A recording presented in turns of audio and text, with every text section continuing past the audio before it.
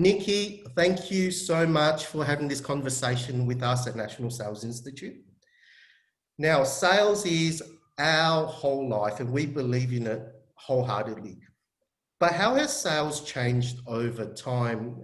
Your role at BWS, an FMCG company, obviously you would have seen the changes happening just during your time and probably prior to that in your experience in other places as well. So we'd like to get an understanding from you, Nicki, about how sales has changed over time in the FMCG world. But before we start, I just want to get your opinion of what do you think and what is your interpretation of the sales function? It's a pleasure to be here as well. Thank you, View. I think, look, my view on this is, sales is the core of any function, not just the sales function. I think in any organisation, in any industry, whether it be retail, wholesale, B2B, I've been a part of every one of those industries. I think ultimately sales is, selling or it's promotion of a product or a service, or what, more importantly, what I like to think, an experience. So I definitely think it's fundamental, and there isn't, we don't talk enough about the sales function, but sales is actually the core of any function, whether it be merchandising, buying, marketing, operations, wherever it is. At the end of the day, we're actually selling a product and we're selling a service or an experience. So just tying on to that then, in FMCG, how do you think sales in FMCG has changed over time to what it used to be, how we used to retail, to how we retail now? What do you think? What do you think some of those changes are? Well, I think, it does go back a really, really long way, sales in general. So, back to the barter method. But what I'll probably focus on for this question is, around the 1960s, it was when technology started coming into play. And I think it's when, you had more and more competitors and you moved away from the traditional sales or commission and you're moving more into the relationship and the trust of making sure that you actually have a relationship with your customers or your suppliers, but also making sure that you have that trust. So I think the biggest shift that I have seen is that behaviour from, moving away into the relationship part. But I think what I'm seeing from there till today is technology, the acceleration and the advancements of tech. Today, even during COVID, the acceleration of sales online through e-com, that's where it's at today. And how do you balance that with your traditional sales methods, going out and seeing customers, but also seeing your customers and servicing your customers through the online and e-com channels as well, due to the advanced technology. In FMCG, just want to touch on a point of relationships. Do you find it hard to build a relationship with customers when the goods are fast moving? I think if you establish the relationship with a customer or a supplier earlier on, then I think it kind of trickles from there. But it's important that you continue to build that relationship and continue to focus on doing that.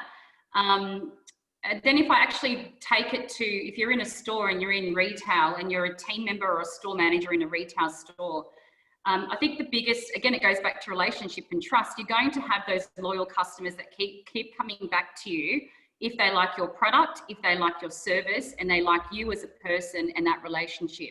Of course, you're going to have customers that do also come in a fast-moving environment that you're not always going to get. But if you stay true to, that relationship and continue to build that, then that's where the customers actually stay, and you build that loyalty and you build that advocacy in a retail market.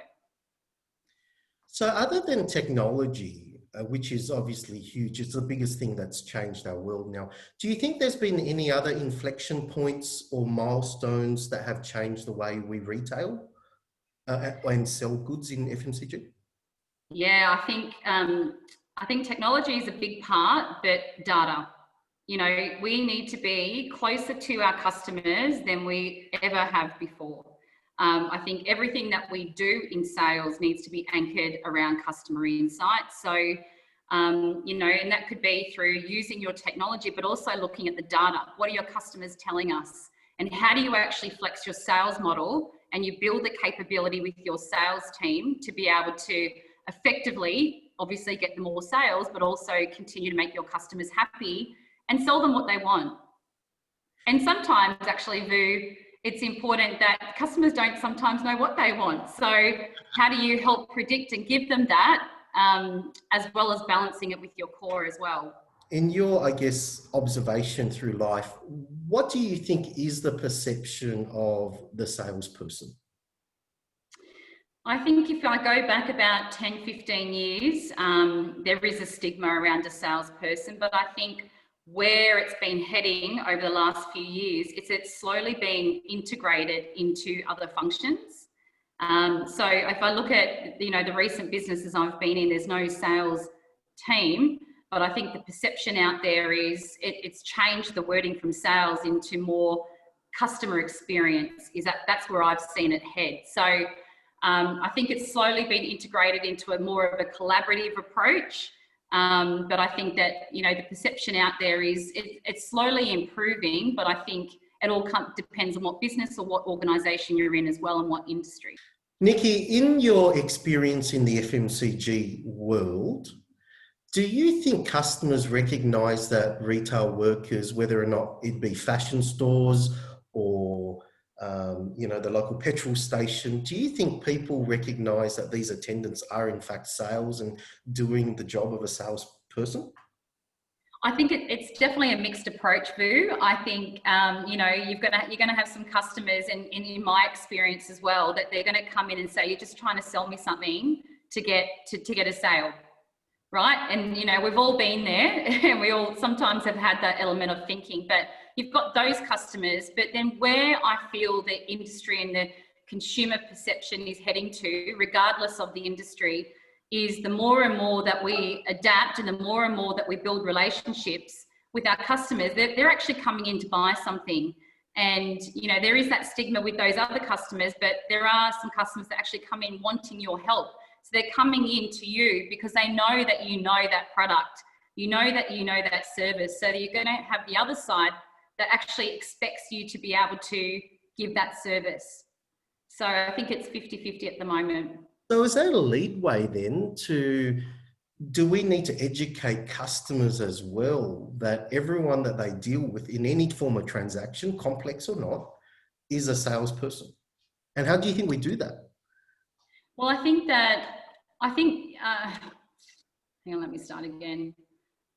I think there's an element that we do need to educate our customers around, that we are essentially in sales. But I think the most important thing is, in my opinion, that we need to let our customers know. If we let our customers know what our purpose is, and we lead with our purpose, and we go with our brand and what are we trying to achieve in that actual market, then customers won't necessarily think of us as a salesperson, but they'll be more tied to the purpose and the product, essentially. So I think it's a mixed opinion that you're going to have that, but it all comes back to what is your purpose? Is your purpose of your team that you want them to be known as a salesperson, or is your purpose of your team wanting them to be more around that purpose, around selling your product? Ultimately, the foundation is sales again, but it's just two different ways. Now, just to end our last question here in our conversation, Nicki, what do you think is the future of sales? How do you think it will be in the next 10, 20 years? I think that the big things that are coming our way that are already here actually is all around data, technology, digital. It's the blend between, your bricks and your clicks. So your stores, but also your online e-com channels as well. So I think, the other key points will be around how do we allow our sales team to be able to use the technology that we have and the machine learning to empower and enable them to be able to, I guess, stay competitive in the market. The future is technology and digital, as I've said before. So we need to adapt to that, and we need to swim with that change and enable our sales function to use that to their power to be able to focus on building more relationships and getting more closer to our customers. Nicki, it's been an amazing time for us to hear from an FMCG leader on your opinion of the sales function. I thank you so much for your time. Thank you. It's a pleasure to be here.